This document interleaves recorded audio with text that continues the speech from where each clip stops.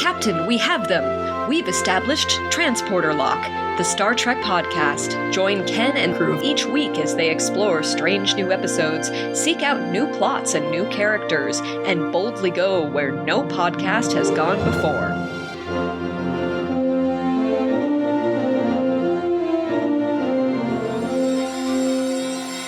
Hello and welcome to Transporter Lock for July 2025. I'm your co-host, Chief Engineer Ken Gagney, here to talk about the third season of Star Trek Strange New Worlds, which just debuted on July 17th. After 2 years since the Season 2 finale, we're finally getting a conclusion and an entire season following that.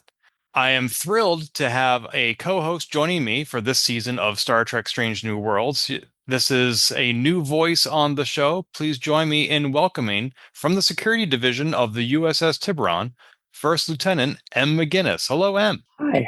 Hello. How are you? I am fantastic. How are you? Doing well, thank you. Excellent. So, M, tell us a little bit about yourself, because usually when we have a new co-host on the show, it is from our pool of previous guests, and that gives our listeners an opportunity to have heard this voice before. You really are a new voice to the show. You've never been on Transporter Lock. So for those of us who are learning about you for the first time, who are you and what's your history with Star Trek? Well, I think I still don't know who I am, which maybe that's a good thing. Call it a lifelong journey. Is that what I'm supposed to say? I don't know. My experience with Star Trek. I know that I watched some episodes of the original series with my father when I was a kid, because we were stationed in Germany for a number of years, and that was one of the things that Armed Forces television broadcast was reruns of the original series. But I don't have any necessarily specific memories about that. I think my first real attachment would have to be Next Gen. One of my father's friends, who passed away this year, actually earlier this year.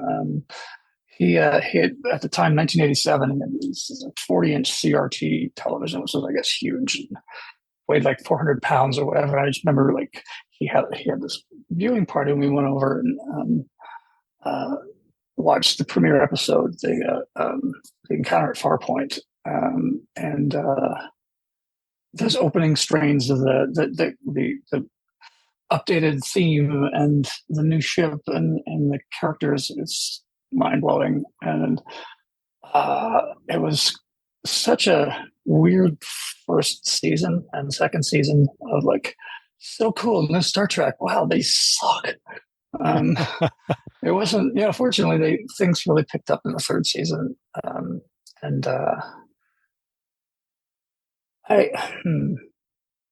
I really, really love DS9. My friends made fun of it because it was 90210 on a space station, I think is what they called it. And I guess they needed to be on a ship for things to be interesting. I don't know. Voyager did not like. I watched a couple of episodes of Enterprise, and I was just like, wow, I can't do this. And then there was the break for years until the Kelvin timeline started, and I think that was necessary and important for that reset to happen. And so I'm definitely more than a casual fan. I'm not. I have trouble sometimes having conversations with my friends at the Tiburon is a fan club, and Starfleet. You go on Starfleet and sign up for your membership, and then you get to pick the ship that you're on, a local fan club kind of a thing.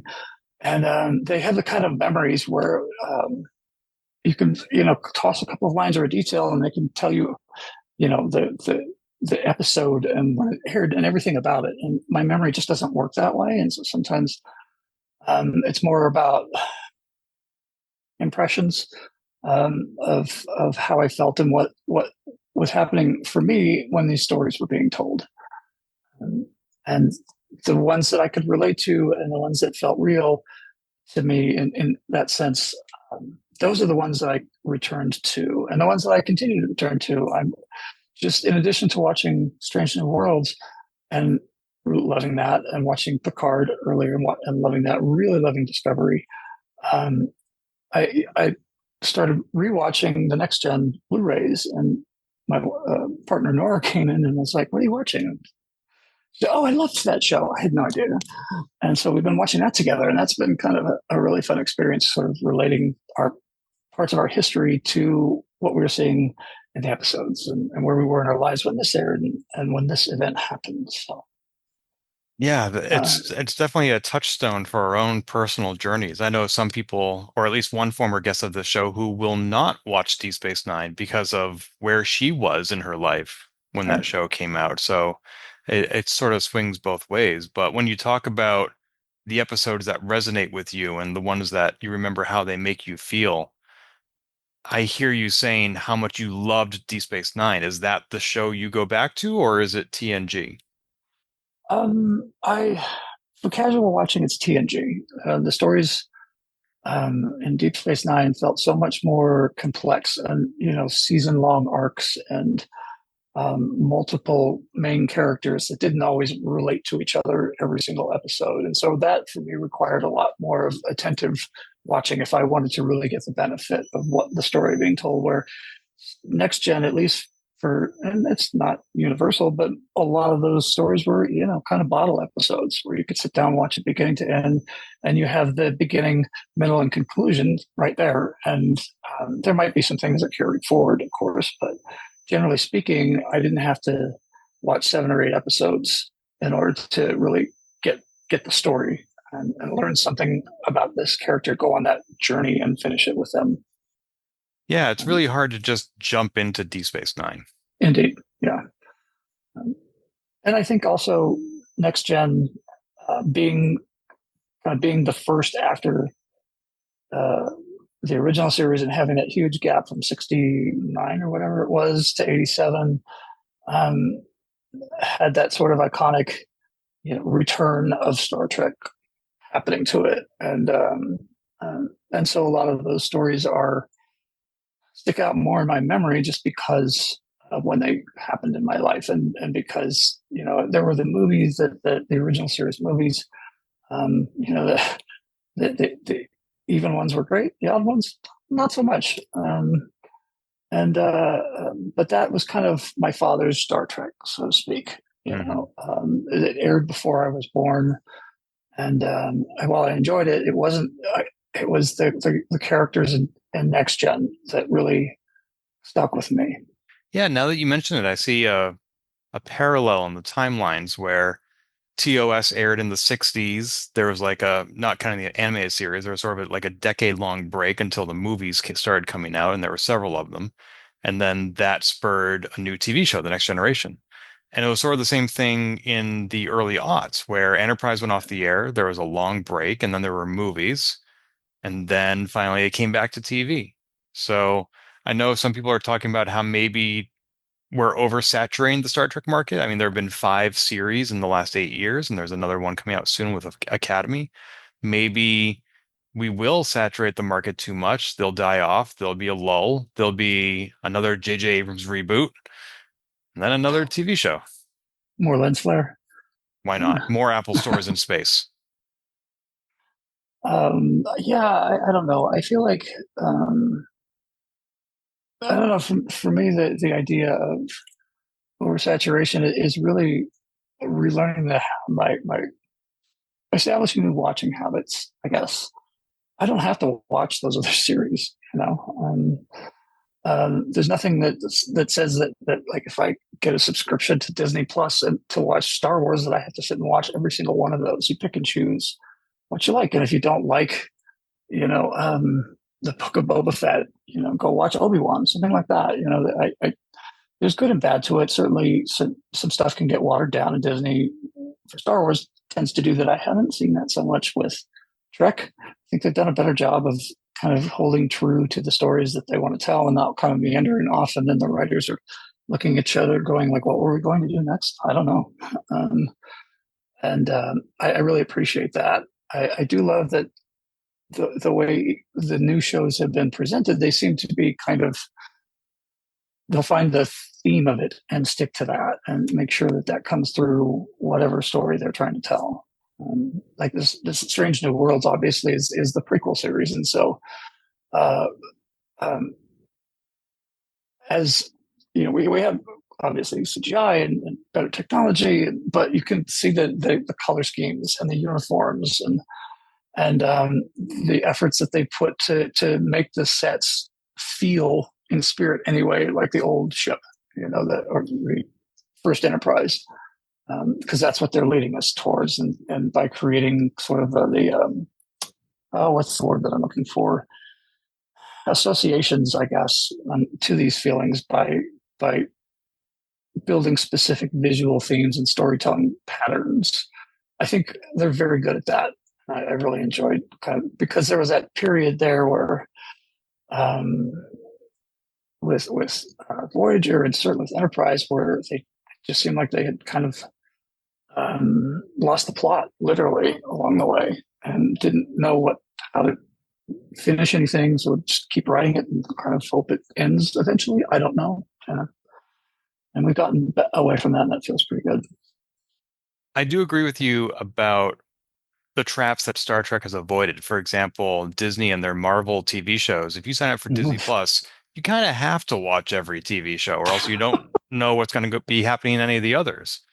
Whereas with Star Trek, it does feel a little bit more like a cafeteria where you can pick and choose, which I presume is why when you were ranking your Star Trek shows, you didn't mention Prodigy or Lower Decks. I didn't connect to those shows. I remember enjoying them, but not feeling like these weren't necessarily like quote my shows. I guess they're I can tell pretty quickly whether I'm going to like a series or not. I'll watch 3 or 4 episodes, and if 3 days later I can't tell you what the show was about, it's not going to go well for me to continue watching that show. I tend to be pretty forgiving about shows. Like my whole philosophy just about movies and television in general is I'm here for whatever journey you want to take me on. I will suspend all kinds of disbelief, just let me feel like I'm living in your universe in a way that feels real to me. And if the show doesn't do that, generally I won't come back to it. And it's not that I'm not going to go complain about it or anything. It's just kind of like, oh, I did that, I guess. Okay. Mm-hmm. Well, that makes sense. Now, one thing I want to mention to our listeners is that you may be a new voice on this podcast, but our voices have been heard on many podcasts. So Transporter Lock is the 6th podcast series that I have either hosted or co-hosted. And the very first one was launched in 2011 with you and me. We were the co-hosts of the Open Apple podcast, which was all about Apple II computers, which is what Apple was making in the 7 years and beyond before the Macintosh was made in 1984. It's true. Yeah. I think the 2GS they finally stopped making that in 92. And I think the 2E in 93. So the models of the Apple II were made from 77 to 93, and they were separate from and incompatible with the Macintosh. So you and I did what was that? I think that was intentional. Yeah. So, but you and I did a podcast about these Apple II computers for 3 years, and the show continued for many more years after that. And even just earlier this year, like a few months ago, you and I got back on the air with our friend Quinn and did another episode. Yeah, we did. That was a lot of fun to kind of step back into that and see how the podcast, the final project, had changed based on how we had changed as people. And I heard from many of our listeners that even if there were those changes that were something you and I were aware of, they were thrilled to just have like the old gang back together, that same synergy that we share. And that's why I thought, hey, let's continue that synergy talking about Star Trek. Sure. I appreciate that. Thank you for thinking of me and inviting me along. My experience with Open Apple, especially after the new one came out, a couple of people reached out and, that was great. And then mentioned without getting into too much detail here on this show, I guess, how much tension there was between you and I in the final episodes that we did together on Open Apple. And I'm glad that things have moved on and we've been able to find new ways to communicate with each other. Well, let's wait and see how this show goes. That's true. Yeah. You never know. I think it'll be fantastic. It's going to be a lot of fun. And Absolutely. Let's go ahead and start the fun by talking about Star Trek Strange New Worlds, Season 3, Episode 1, Hegemony, Part 2. Did you say hegemony or is it hegemony? Crap, I don't know. I'm one of those really smart people who reads a lot and doesn't talk much. Me too. So, And that's why I was like, I always thought it was hegemony, but you're right. Okay, so now I look like an idiot. It was going to be one of us, so it's not what I was intending. I had not heard hegemony before. You didn't do this to me. I did this to me. I see. Hegemony. Thank you. I'm gonna have to learn that word now. Wow, I've been reading it in my brain wrong for like 40 plus years. There's so many words that I've done that with. Yes. Yeah. Somebody thought I was making a joke once when I said the word superfluous. And I was like, I didn't understand why they were laughing. They're like, it's superfluous, right? And I was like, I do now. There's some podcasts that I listen to where I've heard strange pronunciations of words that I've known for a long time. It always catches my attention just a little bit. Like, wow, okay. There are people who think differently. That's interesting. Well, before this becomes a linguistics podcast, let's talk about hegemony part 2. I swear that sounds like something I just want to like spread on a piece of toast and have it. Oh, please pass the hegemony. So anyway, all right. So we have. I would eat that. Yeah, right. But much better than Vegemite. So we have new opening credits. We have like new visuals, new ships, new backgrounds. They didn't do this in season 2, so I don't know if they're going to do it every season, but we have new openings. Yeah, I enjoyed that. I like watching for little differences like that. I do wonder if, because season 1, as I recall, rolled right into season 2 when it originally came out. And then we had like a long break between 2 and 3. And my guess is I don't know why. They could certainly have kept it the way it was. But I do like it. I don't know that I have anything particularly critical to say about that. Yeah, there was 1 year or 11 months between season 1 and season 2, and this time we went 23 months. It was COVID stuff, right? Isn't that what kind of delayed it? Actually, it was the writers and actors strike. Oh, I forgot about that. Yeah, that was a thing, wasn't it? Yeah, so in 2023, in September, a month after Hegemony Part 1 aired, I went to my very first Dragon Con in Atlanta, Georgia. And there were a bunch of Star Trek actors there from Strange New Worlds, like Ethan Peck and Anson Mount, and they were not allowed to talk about Star Trek or any of their other work. You could talk to them as people and ask them, like, what is your acting method? How do you prepare for rehearsals? What do you eat for breakfast? But you couldn't ask them in this episode, blah, blah, blah. And that's because season 2 had just ended and they couldn't start season 3 until the strike was resolved. Yeah, that makes sense. I have some friends who have, SAG cards and things like that. And, they've done either podcasts, and during that time period, they couldn't, because you couldn't create new content. It was basically them like talking about their old shows again. And just fascinating to watch how that affected people in different ways. Mm-hmm. Mm-hmm. And a long delay, I guess, that fits. So did you go back and rewatch part 1 before watching this season premiere? I watched both seasons last week. Wow. Yeah, well, I mean, there are only like 10 episodes. So, and I work out of my home because my partner requires care.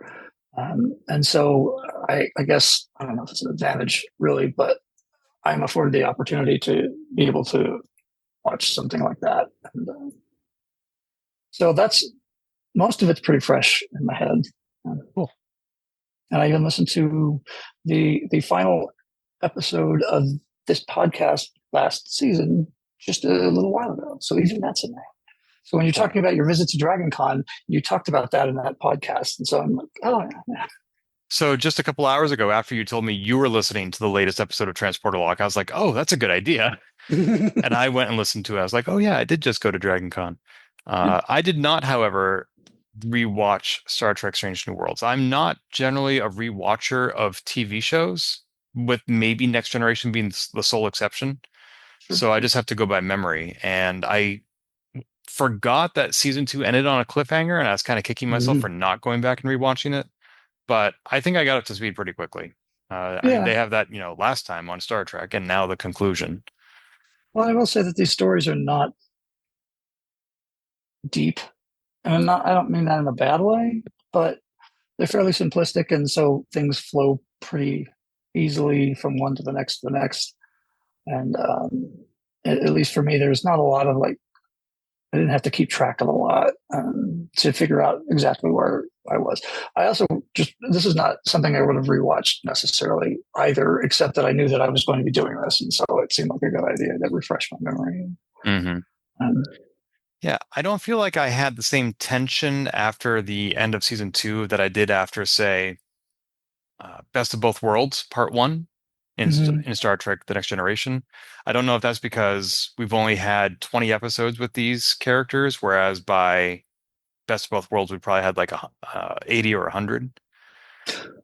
That's fair.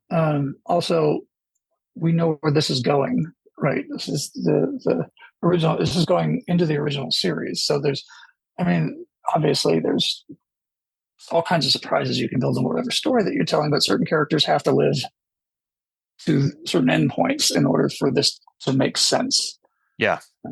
And certain events need to happen the way that we know that we understand them to happen in order to fit with the stories that will be told later on in the original series and beyond. Yeah, and the characters in this story were split really into 3 plots, not just A and B like in most episodes, but ABC. We had Pike on the Enterprise trying to figure out how to get his crew back. We had Chapel and Spock down in sickbay trying to save Captain Marie Battelle. And then we had the away team that got beamed up to the Gorn ship with Erica Ortegas and the Doctor, and Sam, and La'an all trying to escape the Gorn. So we had all 3 of those plots that had to be resolved in just 1 hour. Yeah. Do you think that those were resolved or moved forward? Hey, I do think they were resolved. Okay. We'll get into the details of each plot, but I feel like nobody died. Everybody was reunited. Happy ending. There were some people on the internet who were surprised that Erica Ortega survived because you were talking about the people who need to live. She doesn't need to. That's true. She doesn't. But, that just means you've got all kinds of opportunities to kill her. Oh, fun. Something to look forward to. Right. Well, I mean, and who knows? She may not even get killed. She could just be transferred somewhere else to a ship that doesn't appear in the original series. That's right. And to continue her adventures in memory beta canon. So of those 3 plots, Pike, Captain Battelle, and the away team, is there any one in particular you want to start talking about? Not really. We can start with whatever. All right. This episode and the ones leading up to it. I don't know. It's just we'll talk about it. Okay. Well, let's chat about Pike because season 2 ended with the look of utter loss on his face. Like he had no idea what to do, and it's not often that we see that from him. And so when the episode picked back up and he was still speechless, I asked myself, what would I do in that situation? I would say ideas, because we've seen captains do that all the time. Like in the Cause and Effect, Picard says ideas, and Data and Riker both give him an idea, and he goes with the wrong one. So a moment after I thought that, Pike said ideas, and everybody's like, I have one. And he's like, no. And I have one. No, I have one. Yeah, that's the one, he says. That's the one. And so they do that, and they make a tactical retreat, but they keep track of their people. They ram the Gorn ship in order to like interrupt the shield harmonics and determine the frequency to shoot a dummy missile with a transponder on it. It was a lot of details in a very short amount of time. That felt very Goldbergian. Goldbergian. A little bit. A lot of weirdly moving parts that all had to work, and of course they did. Yeah. That was very strange. I sometimes feel like when they do that, like go around the table and what's your idea? What's your idea? it's almost like a metaphor for like, the writer's room, where they're like, what's your idea for this plot? No, what's your idea for this plot? That's the one. And there's like this meta thing where in some shows it's more obvious than in others. You can tell that like they're apologizing for the story that they're about to tell. You know, yes, we know this is a dumb idea. We're going to do it anyway. And I don't know that any episode that starts off with that much Trek no babble, just like, oh no. I, I'm just waiting for reversing the polarity and zoom in and enhance, all this stuff. So, But that's part of what makes Trek Trek. I suppose that's true. But I don't know. Haven't we kind of moved beyond some of that cheesiness?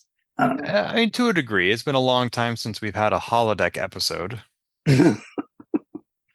Lord, right? yeah. Rewatching the Next Gen, just the first season.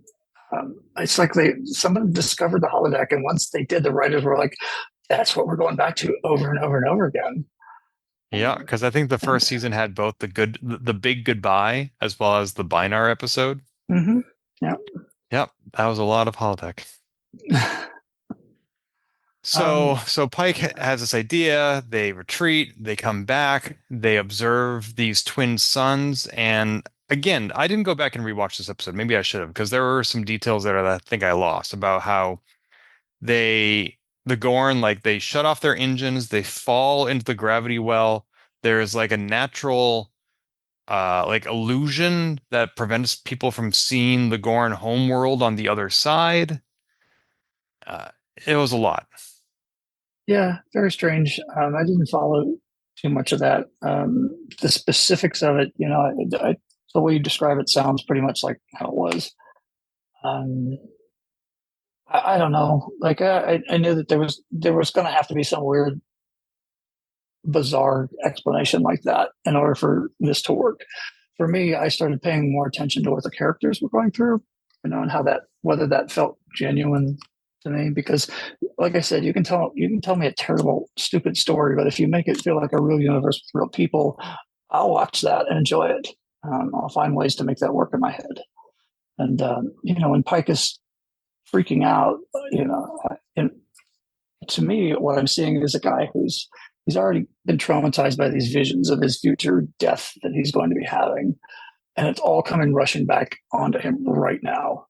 And he freezes, and I think that's probably a natural reaction sometimes, and unfortunately it didn't cost the ship their lives, but it could have. Mm-hmm. And I think building some tension that way is a good start. I think it's a good way to like hit the ground running. I think, give the episode some action punch immediately and draw people into the story, even if the tech behind it is a little weird. Yeah, that's why I think it's okay to be hand wavy about the technobabble, because it's a means to an end, and the end is to tell a human story. Indeed, I agree with Mhm. that.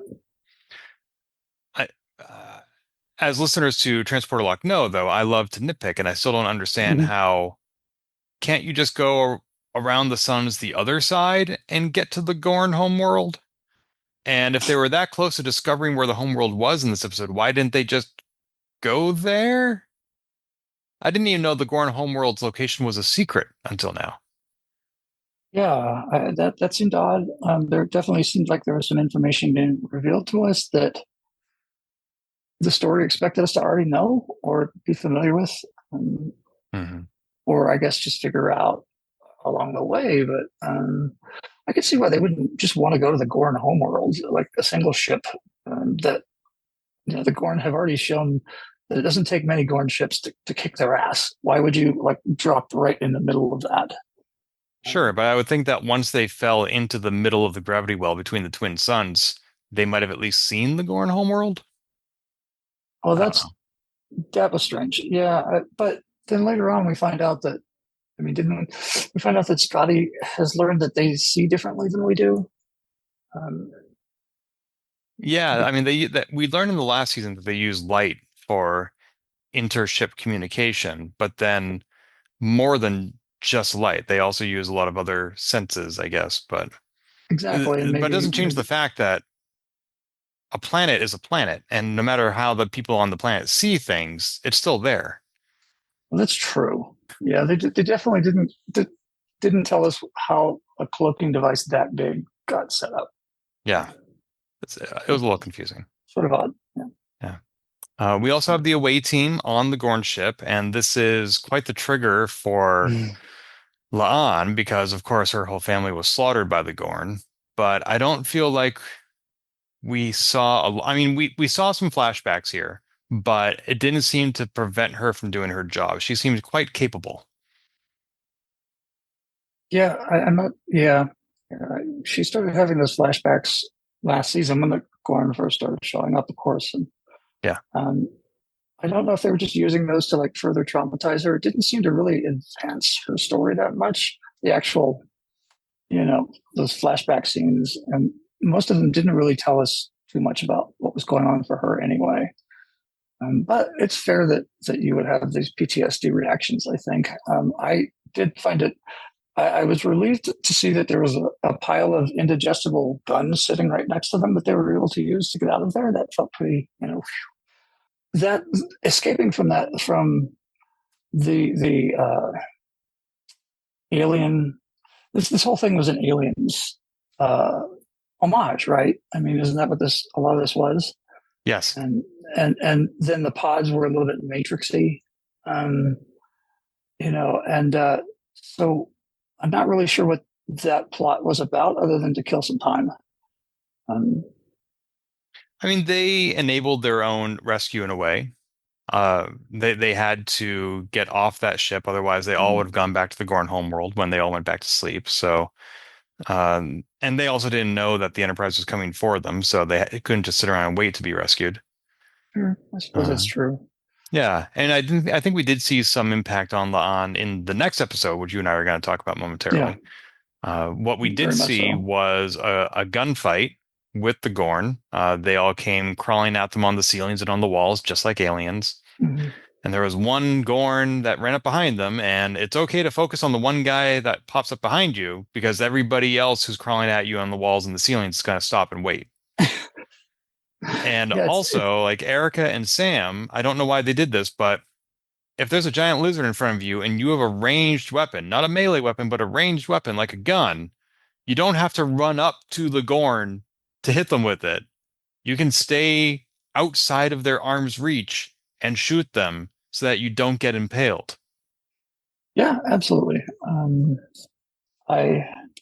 only thing I could think of was that, I don't know, did he think that somebody was in the way that he was going to hit if they shot too close or too far away? I don't know. You talking about Sam? Yeah. Yeah, because Sam got batted away pretty quickly, and then Erica did the same thing, and she got impaled. Kind of that was dumb. And it's that, for me, it goes back to the old Bruce Lee movies, where he'd be surrounded by 50 guys and they would run at him one at a time and just, okay, kick your ass and then your ass and then yours. And I don't know if I don't know what that decision was about.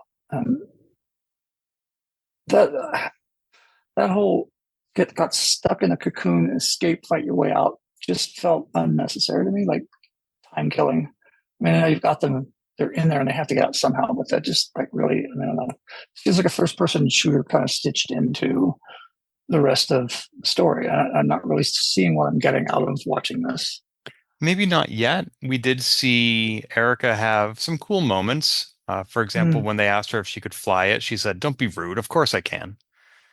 Which was a line I loved. And then she called back to the second season when she lost her memory, and she said, "I'm Erica Ortegas. I fly the ship." That's right. Which is, again, a great catchphrase, in my opinion. And then she got on the Tron light cycle. And, Yep. She was piloting that thing, and she lost most of one hand. Mm-hmm. Without going into too much detail, I've been in that traumatic situation where my body was not in a position it was supposed to be in. And I was like, oh God, can we fix this? Is this going to be a permanent injury that impacts the course of the entire rest of my life? Fair. And so I knew where she was coming from. And when somebody said, we can fix this when we get back to the ship, that's a huge relief. I speak from experience knowing that, oh God, it can be fixed. Thank you. fighting her way out of an alien ship. Been there, done that. Sure. Yeah. Don't judge me. You don't know my story. Not judging, just asking. Okay.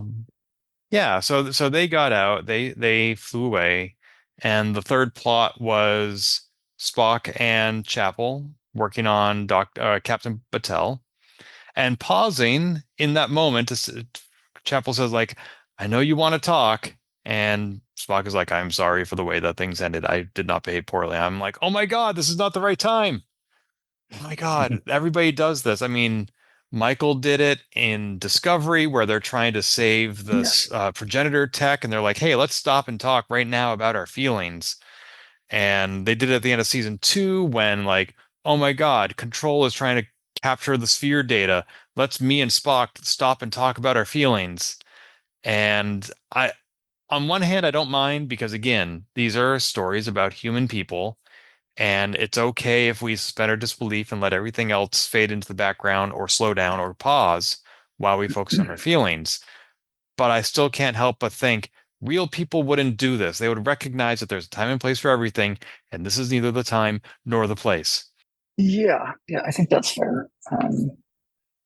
A lot of it sort of felt like a weird parallel to Empire Strikes Back. When the Hoth base was being overrun by the Imperials, and everyone's trying to get out of there, and it's chaos. And Han and Leia are having an argument about how they feel about each other as they're running down an ice hallway, and people are cutting between them. And um, it sometimes I think it's messy, and I also think it's very real that people just have conversations like that when they happen. And I don't think anyone necessarily intends it to go that way. But sometimes you find yourself in places and conversations that you didn't know how you got there, and you don't. I suppose that's true. It may not be the time and place, but you don't always get to choose the time and place. And you don't know if you're going to, if or when you're going to see that person again. Maybe there are things that you have to say Hmm. because she was leaving for 3 months for that internship, It's true. which we'll find out more about. Yep. So they do the surgery, and at the last second, Spock has an idea, like, "Oh, let's just feed the baby Gorn so that they don't pop out." And we are led to believe that works because at the end, it worked. Yeah, that was also weird. It's better than the street drugs. Why would that even occur to you to mention Spock? But then he said something where you told me to think outside the box. Okay, so like we'll just handwave that away. One of my this is okay. Personal moment, I guess. One of the biggest things in life that scares me are those wasps that hunt spiders and infect them with their larva, and the larva sort of takes over the mind of the spider and sort of turns it into the spider into this thing that all it does is exist to grow the larva and feed it and then die. And there's something about that wasp, the zombie wasp or something like that is what they call it. And that kind of felt like what I was seeing with the Gorn inside. Um, what's her name? And so that was kind of gross and eerie for me, and I like that. I kind of appreciate those moments. The trying the solutions and kind of just like spitballing that stuff seemed a little bit random, but yeah, I buy it. I thought that was okay. It also did seem like a lot of an excuse for like, we need to get them together to talk about some things before she leaves. And this seems like a good place to do it. Mm-hmm. That's true. I was surprised by how long each computer simulation took. Like at one point, they said we don't have time to run another simulation. I'm like, your computers exist hundreds of years in the future. You can run a simulation in no time flat. Come on. You would think, yeah. I would think. Apparently, we are wrong, but I guess those Seems like simulations are very complex. yeah. So they managed to what the Gorn, by feeding them inside her, they were no longer hungry, and so they no longer needed to come out and eat her. Correct. That's okay. Weird, but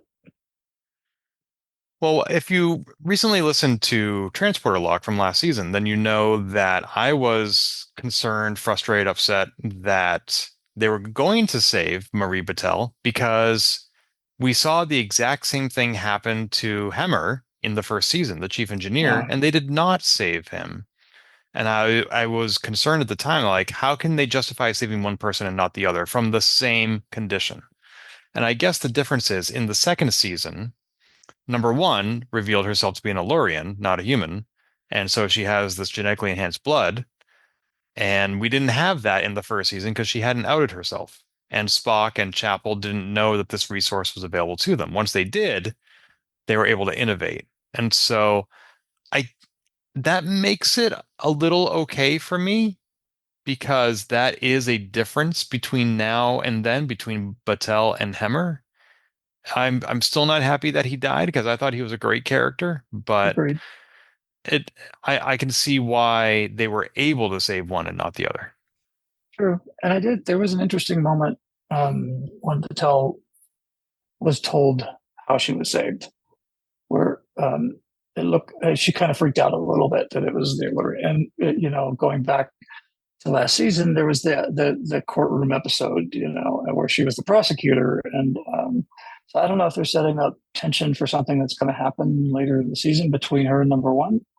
Now that she has Illyrian blood in her, um, and but that was that I enjoyed that little moment when nothing else came of it in that episode. But I hope they do something with it. Yeah, and the other thing is, Battelle was sleeping with Pike, and the engineer was not. So that's why we say Battelle and not But if this was a horror movie, that would be a reason why she would die.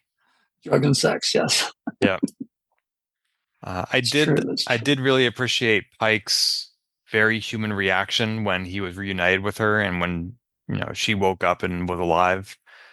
He was like, "Are you gonna shut up and let me hold you? Because I can't stand to lose you again." It reminded me Oh, of I think it was season 4 of Discovery when Michael thought she'd lost her boyfriend. It reminded me of The Incredibles when Mr. Incredible thought he'd lost his family. These moments of loss are such rich opportunities for some really good acting. Because agree. we get to see these very heroic characters be very human and very vulnerable, and I liked that. I liked seeing Pike like that. I agree. I, he's one of the more, I don't know if human is the right word, but reactionary, I guess, and very attuned to like what am I feeling right now and reacting with that in the moment. Where certainly Picard was not that way, and Spock or Kirk kind of was, but he seemed a lot more visceral, and Pike seems just to be very in touch with like this feels he acts a lot on instinct, and revealing information like that in the moment of vulnerability, I think is really kind of central to who he is, who his character is. That made a lot of sense to me. Yeah, the first time that pops to my mind of Kirk being vulnerable is when his voice cracked at Spock's funeral. And whereas we saw Pike being even more vulnerable in this episode, and nobody died. Yeah. Pike's feelings are just a lot more at the surface. I think Kirk knows how to tap into them when he needs them. Or if they're extreme. Um, and Pike is just kind of like, I exist in this swirling pool of emotion. Hmm. And I know how to direct that in a way that makes me an effective leader. Hmm. Now, we did see a brief moment where Pike said, "You win, Dad," and then he started praying the Our Father. Now, there Yes. were some previous episodes of Strange New Worlds and Discovery where he said that he was raised Catholic, which is a detail I completely forgot about him. We didn't really see any characters on the Next Generation practice a religion. This is about 100 years before that.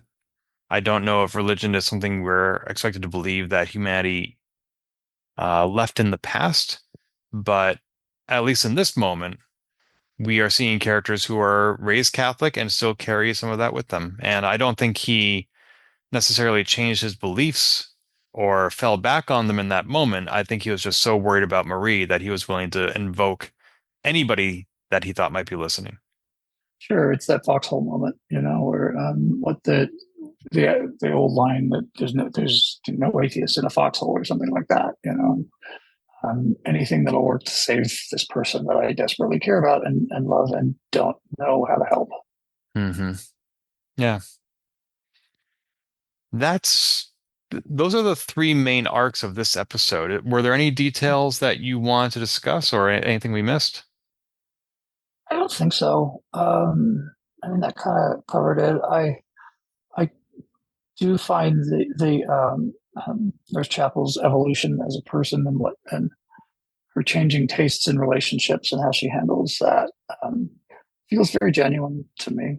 Uh, Spock, I go back and forth on this representation of him. I really like the Vulcan Spock and the episodes where he's been on Spock have just I don't need that. Don't want to see that.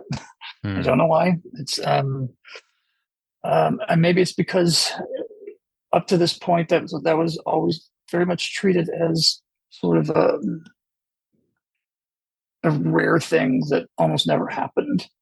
That you would get to see that side of Spock, and it seemed to affect him very deeply. Where this one, he just seems to be able to go back and forth for whatever the situation, and I don't know if that's setting something up further, or maybe it's because they're going for like, well, when he was younger, he had more trouble controlling that. I don't know, but well, I think it's fascinating to me that entire dichotomy that you're discussing isn't just because he is half human, half Vulcan. It's also because of that one moment in the cage or the menagerie where he saw those flowers and smiled. Yep. And now they have to retroactively make that canon and figure out how they can explain that. And they're like, oh, well, before that moment, he was still experimenting with human emotions and he hadn't gotten control of them yet. And if he just hadn't smiled at those flowers 60 years ago. Yeah, that I'm not, I haven't written that off yet, but the way they're handling that seems very precarious at this point, and especially how it shows up in this next episode. Yeah. There is actually one more thing I forgot about this episode, sure. Which is we had more Scotty. Oh yeah, how do you feel about Mr. Scott? I think the actor's great. I have no complaint about his representation or manifestation of the character. I don't, as I've said to Sabriel on this podcast, I don't know that we need to make Strange New Worlds be the show where the crew of the TOS Enterprise is assembled. Okay. I did think it was interesting that he was the engineer's former student, and she's still sort of seeing him as a student, being like, "Oh, you always fall asleep in class. I don't know how you get anything done." Yeah. I saw. To me, his appearance sort of felt like, I believe it was it the Kelvin timeline where Mr. Scott kind of showed up in a weird place that we didn't expect him, and maybe this was a callback to that, but it seemed odd that I don't know. It seemed like they had to do a lot of work to get him there, story wise.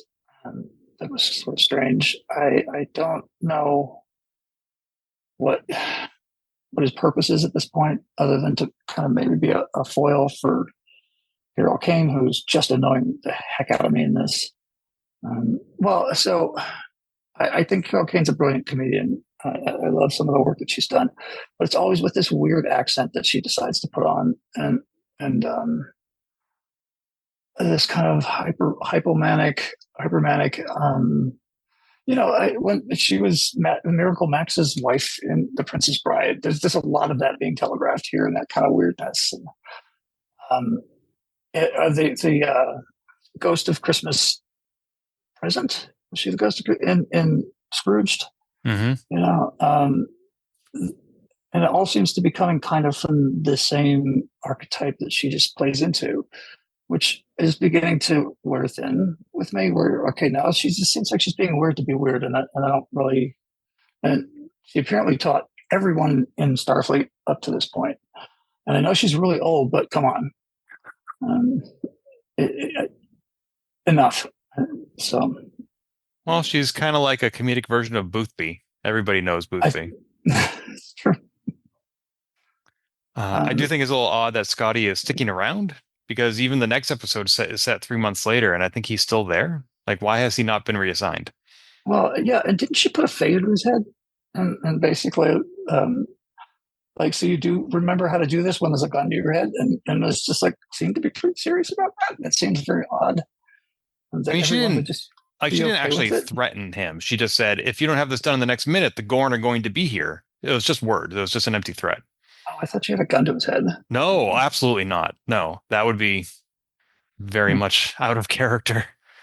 I think she may have said, like, you do well when there's a gun to your head, but she meant that Maybe so. metaphorically. Maybe so. Yeah. Yeah, I don't need that storyline. Okay. So it sounds like overall you were not a huge fan of this season premiere. 50-50. Okay. Yeah, Okay. it certainly. I mean, I do like a good cliffhanger, and this was, and like you have pointed out, we don't see that a lot anymore. So when they do show up and they do it right, it feels pretty good. It's very satisfying.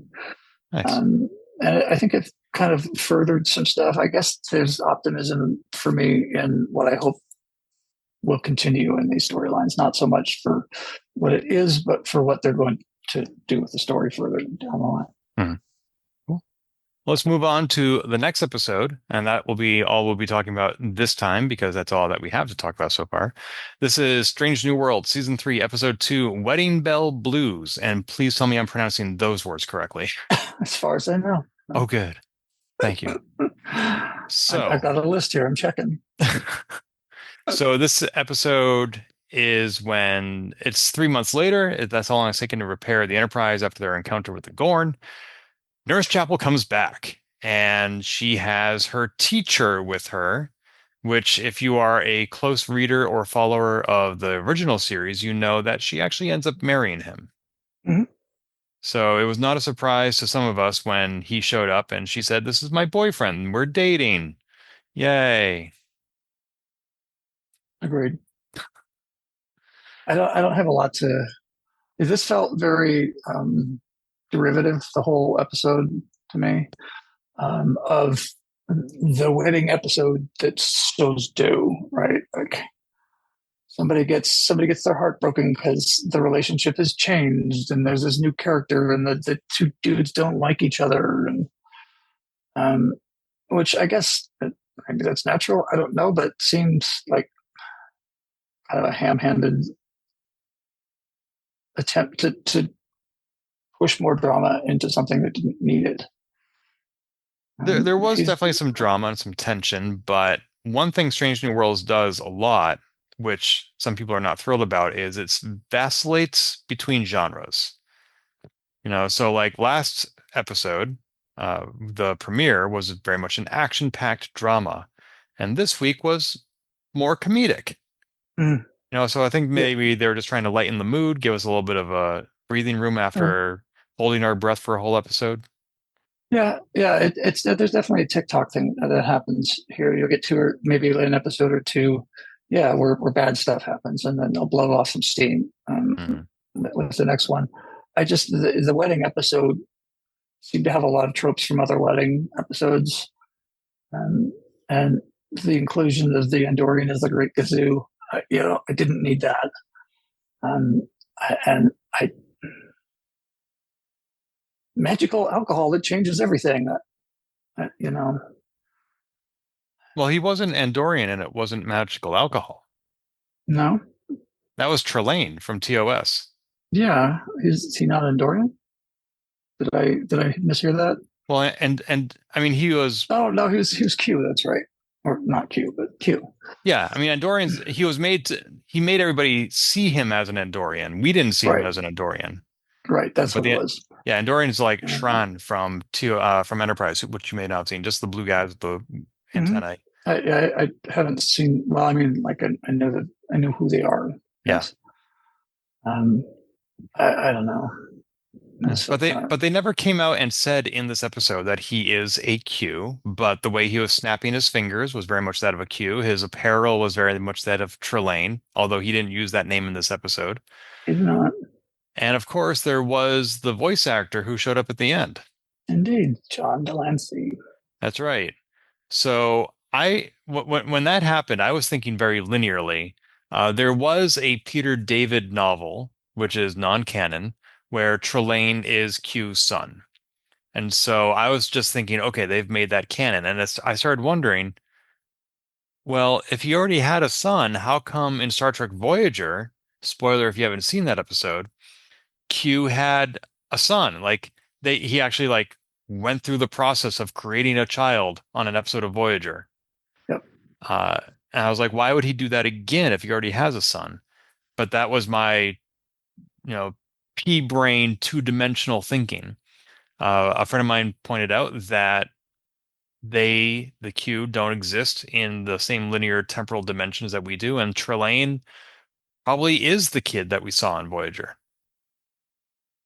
Could be, absolutely. They definitely left it open for interpretation. Yeah, since they never used the word Q and all that other stuff, there's a lot of stuff here that could be open to interpretation. Yeah, and I do love it when they throw in a little Easter egg like that, or they'll have somebody come back and guest as,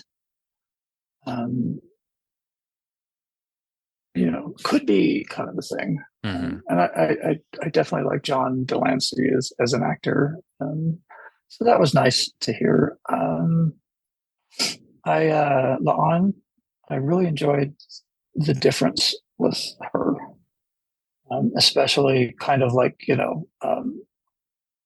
realizing, I faced my worst fear and lived through it, and how freeing that is. And the way that they were able to sort of parallel that internal growth with the dance that she was trying to teach Spock, and watching him try to dance was precious and funny. I did enjoy that moment. Yeah, I loved the two dance scenes at the beginning and the dance scene at the end, where, that's one of the things I was hinting at when we talked about the previous episode, where we didn't really see her struggle a lot with her PTSD in the last episode. She powered through it, and there was a reward on the other side. And that reward is she spent her whole life waiting for the Gorn to come back, and they did, and she survived. Yeah, absolutely. This is a good payoff.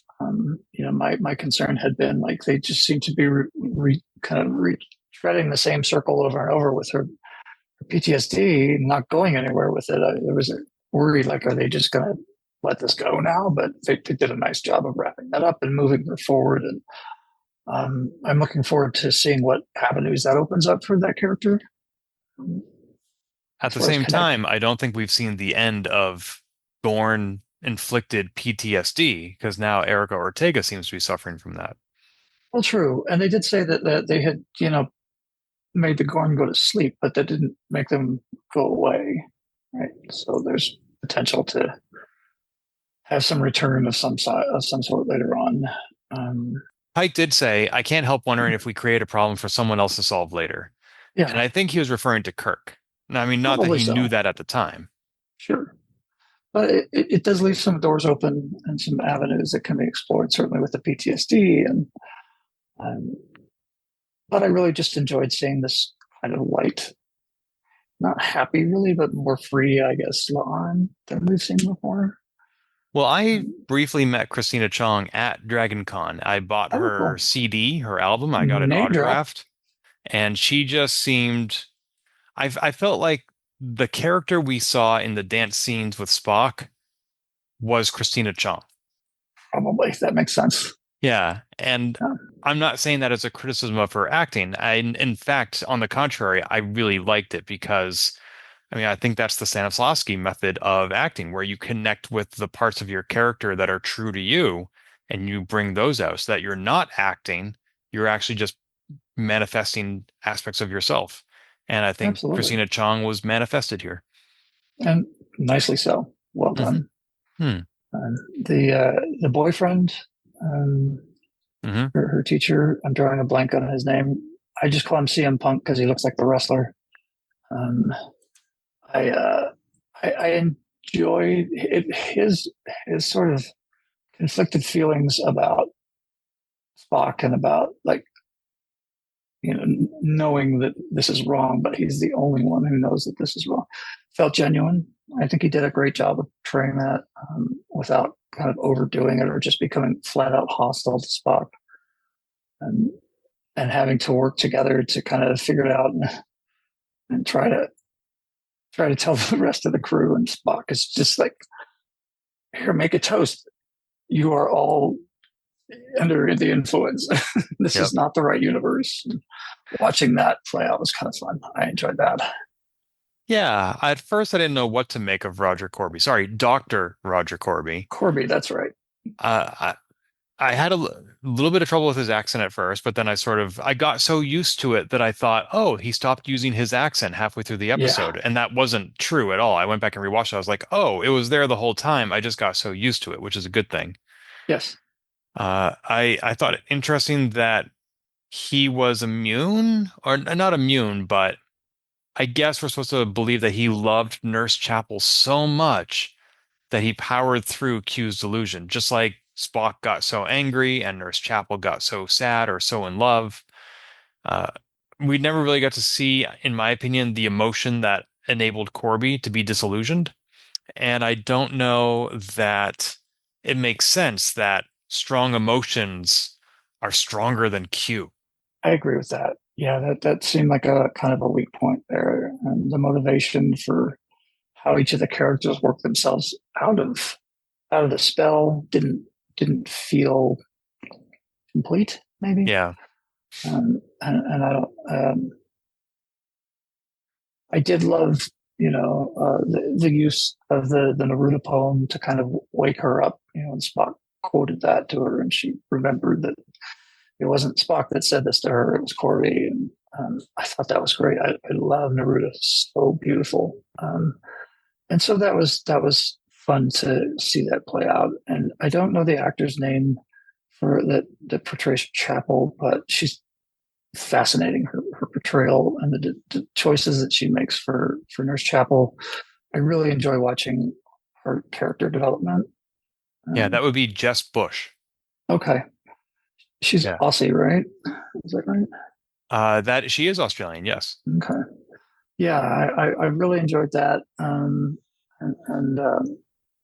kind of integrating sort of her growth as a person into how we see Nurse Chapel show up in different situations for different people. As the relationship with Spock progresses, when Spock breaks up with his fiance basically over this and how that affected all of them was a fascinating series of episodes. So, Hmm. yeah, I think she's probably right now my favorite of all of the characters on the show. Hmm. Speaking of Spock's fiance, Sabriel pointed this out to me. She has an excellent ear when watching these shows. When Corby was introduced as Chapel's date and Spock looked askance at that, there was a hint of the theme from Amok Time that played in the background. I love that. That's great. Yeah, it's totally not something I would have ever picked up on, but there it was. That's Uh, great. Yeah, I love those little Easter egg, references that they throw in there. That like, if you don't have the history or the knowledge, it's no big deal if you don't pick it up. But if you do, hey, cool, awesome. yeah, there's no meaning that's dependent on you catching it. Right, Yeah. exactly. Going back to the wedding scene, I hope somebody in the crew of this show is nominated for an award for costumes and Oh hairstyles my god, because, I was yeah, about to mention that dress. Oh, and just all of them, but that dress especially. yeah, no, Oof. and actually, I didn't put this in my notes, but now that I'm thinking about it, not just the wedding scene, but also when they were all hanging out in 10 Forward, just chatting. Like I rarely, if ever, see Star Trek characters in casual wear, unless it's even like uniform casual wear. Like on Discovery, they all had the shirts that said disco. They didn't just have a wardrobe that was unique to them, but here we saw them just hanging out and it was great. That's always been one of the problems of those sci-fi shows, especially it seems like going back to the 70s and 80s, whether it's Star Trek or Buck Rogers or things like that. You take them out of their uniform and they didn't know like how to dress them. Like they had no idea what people might wear in the future that was in any way comfortable or realistic. I noticed that when Corby was walking around with Spock, he just had a simple button-up collared shirt. And he wouldn't have had uniforms and things like that. But I think in the past we would have seen him in some weird stretchy spandex tracksuit with bizarre pastels or something. Mm-hmm. And I think overall, just in this again is calling back to how well they've used the color palettes and the wardrobe and things like that to tie it to the original series, but also to create its own identity and make it stand out in its own way. There was the scene at the bachelor's party where Pike was wearing that was that greenish. The I'll get raked over the coals for this, I'm sure, but the uniform that was it the formal captain's shirt or whatever. Very much was like, oh yeah, I remember seeing that on Kirk in the original series, but it still looks very much like it belongs here on Pike as it is as well. It didn't take me out of like they dug that out of a closet on the back lot at Paramount somewhere, you know. So yeah, I would agree with you that the Emmy definitely needs to go to the costume designers for this. Mm-hmm. Yeah, I especially appreciated Uhura, just like when she just in those 3 months between the first episode and the second, she changed her hairstyle. I loved her flirting with Erica's brother, who's a new character that we That was met. so great. Yeah, I don't know if it was like genuine, like, oh, like I want to go on a date with this person, or it's just like two people having fun, being young and single. No, it was great chemistry between the two. Absolutely. There's a thing that Quentin Tarantino became known for, and it was the realistic conversations that these people had. They may be doing messed up things and be in messed up situations, but they're still people living their lives, and they talk about, what he saw in Amsterdam, and so to have them kind of give us little glimpses into their, yes, I'm on the ship as whatever officer, but I'm also a person who has thoughts and feelings beyond that and connections to people that I don't necessarily share the same shift with on the bridge or something. I think comes off in a very organic and real way that feels very nice. Yeah. Yeah, it was nice to see them proverbially letting their hair down, even if it was under the influence of an omnipotent being. Well, it was interesting as well because, I mean, yes, he basically threatened to destroy everyone if they didn't play along with his wedding plans, but it didn't feel like this, oh God, the entire ship is going to fall apart every single episode, kind of a thing, like, what are the shields down to this time, Captain? And there was some real stakes there, but it felt, I guess the scale of it felt different, Mm-hmm. very much a personal situation rather than things just being shot to pieces by the Klingons. Although to be clear, it's not that they were being threatened with destruction. They were going to be wished into a cornfield. Oh, so what it was. That's what Trelane threatened Darby with. I mean, Corby got turned into a dog, so a very cute dog. But yeah, I loved that moment when he turned to a dog, and since everybody was under the spell, they were all okay with it. Right, and they're just like, oh, look, cute. Yeah, and there was one moment where the dog looked at Sam, and Sam looked at the dog. He's like, "Yeah, I know, it's okay." That's hilarious. Yeah, I enjoyed that. I liked the look on Corby's face when like he made me be a bridesmaid. If I didn't do it. Yeah, right. He would put me into a cornfield. Everybody's okay with it. Yeah, that was funny. Also in that scene, as they were panning across the set, they showed the wedding cake with the wedding toppers of Spock and Nurse Chapel. holding And my hands. first That thought was was, I want those action figures. mhm. But my second thought was, this is how Trelane sees them. They're just little toys to be, like, Oh, that's oh, yeah. Ken and Barbie, I love you so much. And then you just bang the figures together and make them kiss. And that's what he was doing with Spock and Chapel. He's like, no, the wedding has to go on. I'm a wedding planner. I can do anything. You have to make up and make kissy faces. That's true. Yeah, I hadn't thought about that. That's a good point. Yeah. That these were just toys for him to play with. He came off feeling very immature and childish, and that would fall right in line with that. Mhm. People are just things for me to play with.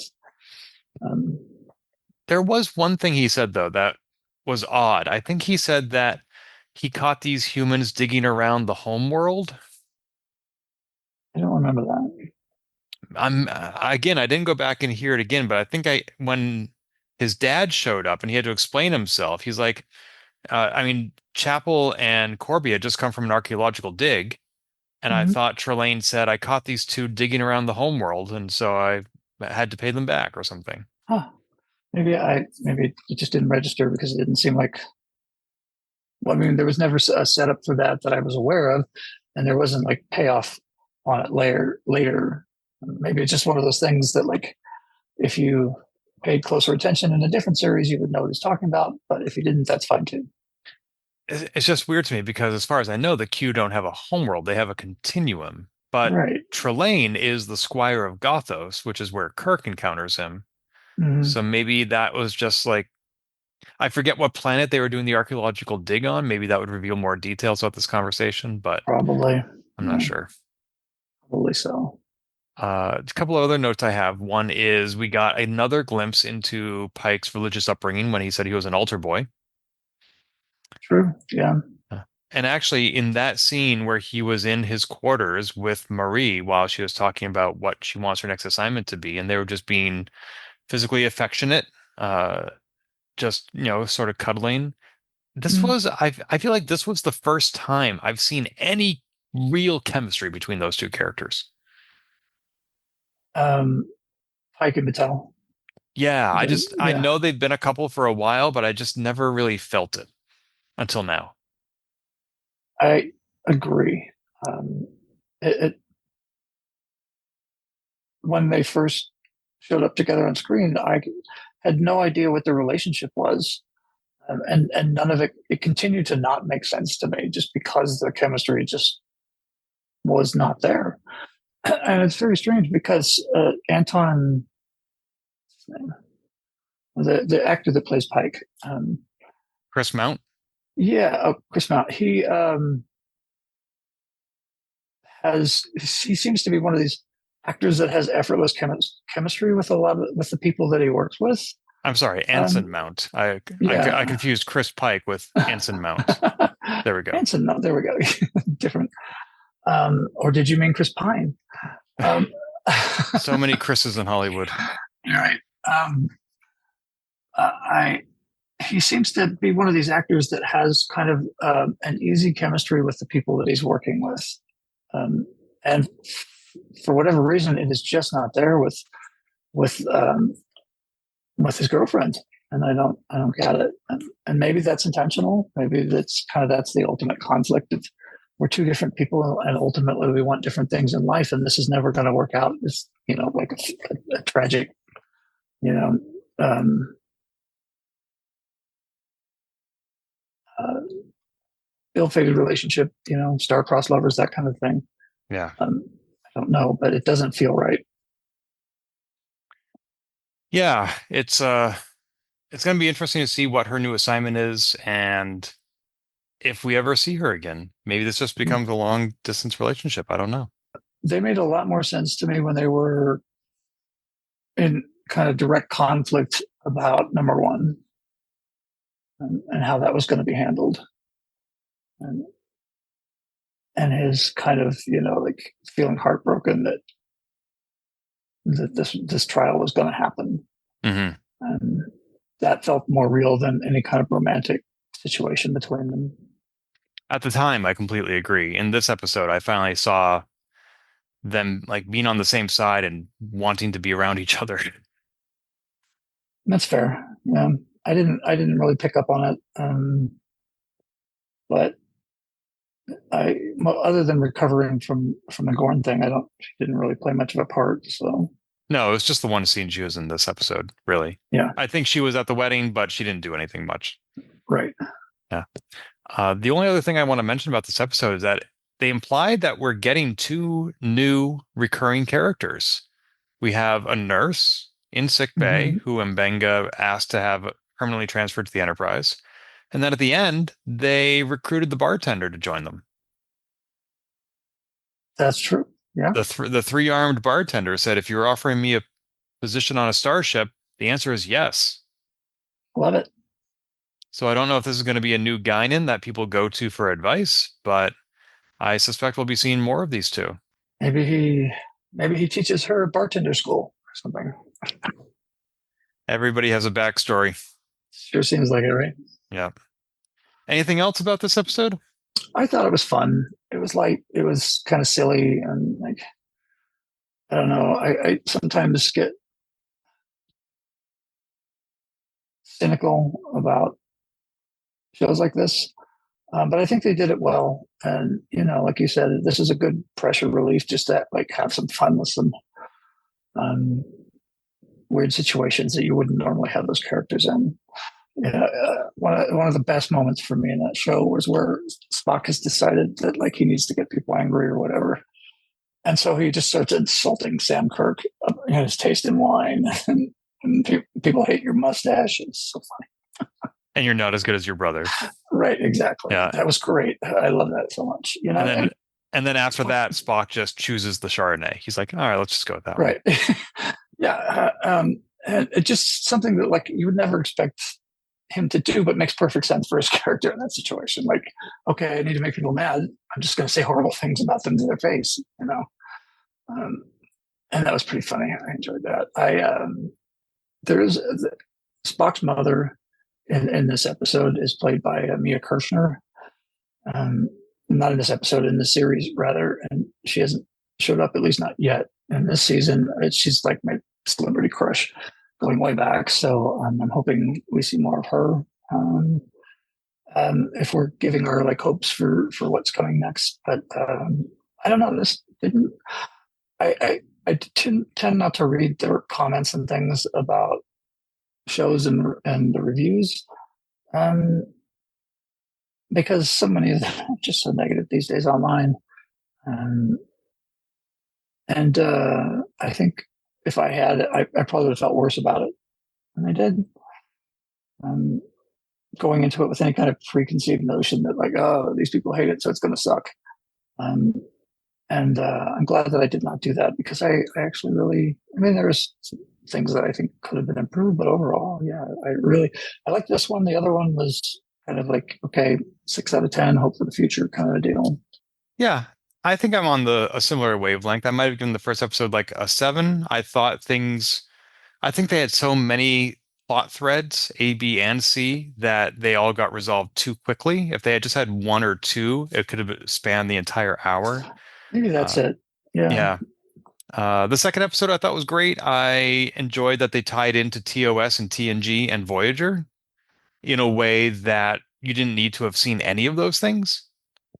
Like I've recognized Trelane immediately, and I was like, oh wow, I did not expect to see him show up.